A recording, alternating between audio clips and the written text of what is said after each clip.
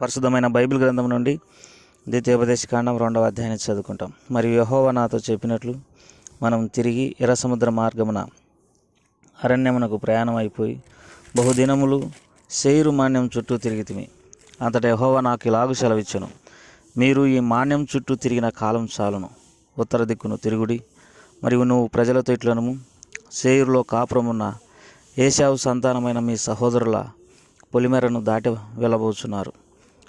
వారు మీకు భయపడుదురు. మీరు మిక్కిలి జాగ్రత్తగా ఉండుడి. వారితో కలహపడవద్దు.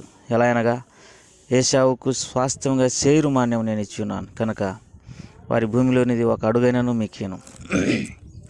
మీరు రోకలిచ్చి వారి యొద్ద ఆహారం తీసుకొని తినవచ్చును. రోకలిచ్చి వారి యొద్ద నీళ్లు సంపాదించుకొని త్రాగవచ్చును. నీ చేతుల పనులన్నింటిలోనూ నీ దేవుడైన యెహోవా నిన్ను ఆశీర్వదించును. ఈ గొప్ప అరణ్యంలో నువ్వు ఈ 40 సంవత్సరంలో సంచరించిన సంగతి ఆయన ఎరుగును. నీ దేవుడైన యెహోవా నీకు తోడై ఉన్నాడు, నీకేమీ తక్కువ కాదు.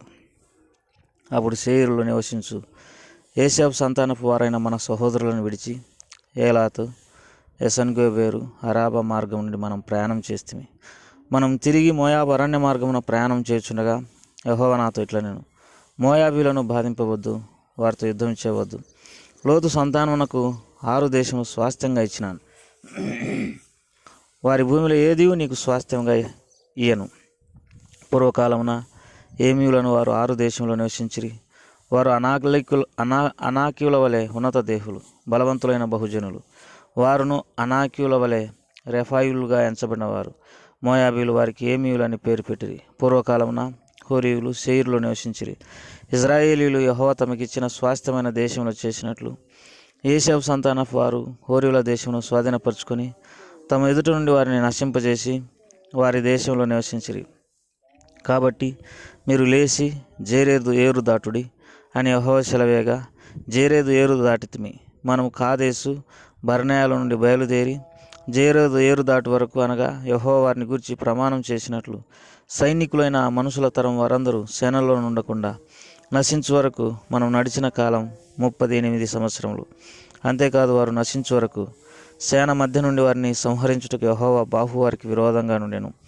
సైనికులైన వారందరూ ప్రజల్లో ఉండి లయమైపోయిన తర్వాత యెహోవా నాకు ఇలాగ సెలవిచ్చెను, నేడు నీవు మోయాబునకు సరిహద్దుగానున్న 6 దేశం దాటబోచున్నావు. అమ్మోనీయుల మార్గమున వెళ్ళినప్పుడు వారిని బాధింపవద్దు, వారితో యుద్ధం చేయవద్దు.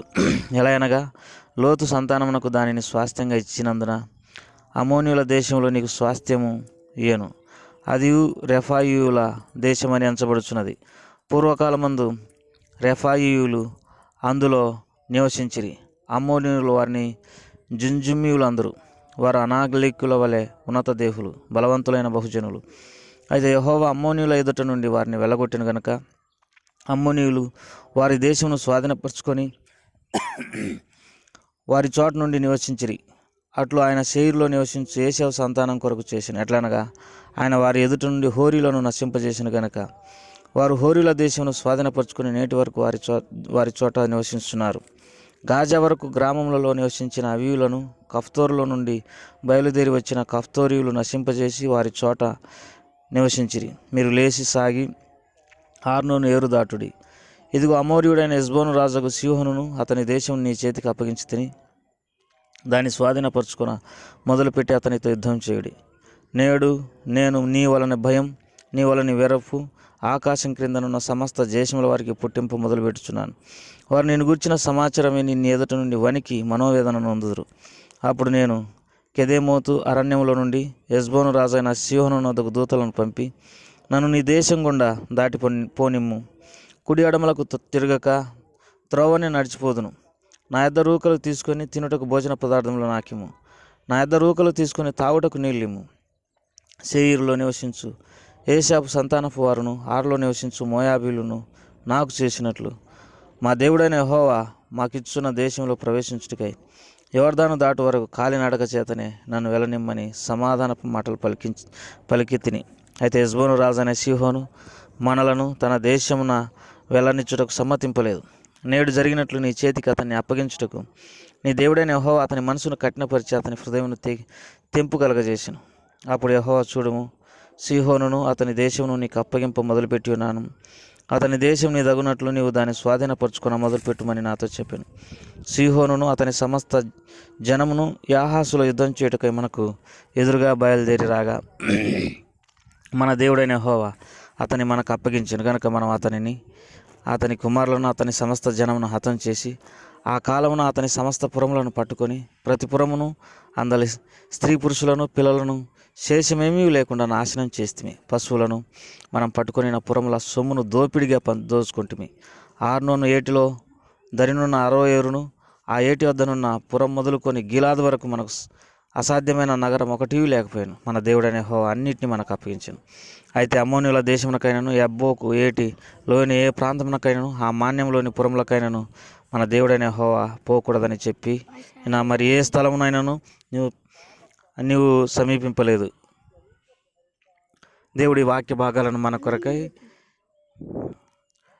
మన కొరకై ఈ వాక్య భాగాలను దీవించి ఆశీర్వదించునుగాక. ప్రియమైన సోదరి సోదరులారా, మీ అందరికీ యేసుక్రీస్తు ప్రభు నామం పేరట శుభములు తెలియజేస్తుంటున్నాం. ఈ దినము ద్వితీయోపదేశకాండం 2వ అధ్యాయాన్ని చదువుకున్నాం. ఈ వాక్య భాగాలను మన కొరకై ప్రభువారు దీవించి ఆశీర్వదించునుగాక. ఈ 2వ అధ్యాయంలో అక్కడక్కడ కొన్ని శ్రేష్టమైనటువంటి వాక్య భాగాలను మనం ధ్యానించిన తర్వాత ముగించుకుంటాం. ఇక్కడ ఏశావు గురించి దేవుడు ప్రస్తావించిన సంగతి మనం ఎరుగుదాం. ఏశావునకు అన్నకాడా అని దేవుని వాక్యంలో రాయబడింది. తర్వాత నేను ఏశావును ద్వేషించి తిని యాకోబును ప్రేమించి తిని అని దేవుడు అంటాడు. ఒక పూట కూటి కొరకు తన జ్యేష్ఠత్వపు హక్కును అమ్మివేసిన ఏశావు వంటి భ్రష్టుడైనను వ్యభిచారి అయినను మీ మధ్య ఉండునేమో అని చూసుకునుడి. ఏశావు పశ్చాత్తాపడి అటు తర్వాత కన్నీళ్ళు విడిచి దాన్ని శ్రద్ధగా వెతికిన అది పొందే అవకాశం లేకుండా పోయినని దేవుని వాక్యంలో రాయబడింది. కాబట్టి దేవుని బిడలారా, మరి ఇక్కడ దేవుడు ఏమంటాడంటే, మరి ఏశావు గురించి చాలా శ్రేష్టమైనటువంటి మాట అంటాడు. ఏమని అంటాడంటే, మొదటి వచనం, మరి యెహోవా నాతో చెప్పినట్లు మనం తిరిగి ఎర్ర సముద్ర మార్గమున అరణ్యమునకు ప్రయాణమైపోయి బహుదినములు సేయిరు మాన్యం చుట్టూ తిరిగితిమి. సేయిరు మాన్యం, ఈ సేయిరు మాన్యాన్ని దేవుడు ఏశావుకు స్వాస్థ్యంగా ఇచ్చినాను. మరి ఇప్పుడు ఇజ్రాయేలులకు ఏమంటాడంటే, మీరు ఏశావుతో కలహపడవద్దు, తర్వాత మీరు ఎంత మాత్రమును ఏశావుకి అనుగ్రహించిన స్వాస్థ్యంలో మీకు కొంచెం కూడా అయ్యాను. వారు మరి మిమ్మల్ని చూసినప్పుడు భయపడతారు, వారి విషయమే మీరు జాగ్రత్త అని దేవుడు సెలవిస్తూ వచ్చినాడు. ప్రియమైన సోదరి సోదరులారా, మరి ఇస్సాకు కుమారులు ఏశావు యాకోబులు. అయితే ఏశావు దేవుని విడిచి లేకపోతే హృదయాన్ని కఠినపరుచుకొని నడిచినప్పటికీ మరి దేవుడు ఆ వ్యక్తి విషయంలో కొంత కనికరం చూపించినట్టుగా మనకు అర్థమవుతుంది. దీని అర్థం ఏమిటి అంటే, భూలోకంలో మానవులు దైవ నియమాన్ని ఉల్లంఘించి కఠినంగా నడుచుకుంటున్నప్పటికీ భౌతికంగా దేవుడు దయాదాక్షిణ్యం చూపించేటటువంటి వాడే. కొంతమందికి ఆస్తులను ఇచ్చేటటువంటి వాడు, ఉద్యోగాలు ఇచ్చేటటువంటి వాడు, సంపద అనుగ్రహించేటటువంటి వాడు, వస్తువులు అనుగ్రహించేటటువంటి వాడు, శ్రేష్టమైనటువంటి గృహాలు ఇచ్చేటటువంటి వాడు.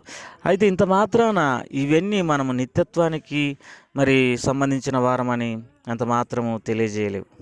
నిత్యత్వానికి సంబంధించిన వ్యక్తులు, వారి ఆలోచనలు, వారు దేవునితో కలిగిన సంబంధాలు అవి వేరు. భౌతికంగా ఏ జాతిలో నుండైనా ప్రజలను ఆశీర్వదిస్తుంటున్నాడు. ఎవరినైనా ఏ దేశంలో ఉన్నటువంటి ప్రజలనైనా వారు మరి కావాలన్నాయని దేవుడు వారికి సహాయపడుతున్నాడు. వారు అడిగినవన్నీ వారికి దయచేస్తుంటున్నాడు. ఇవన్నీ మరి దేవుడు తన మంచితనాన్ని బట్టి మరి అనుగ్రహిస్తుంటున్నాడు.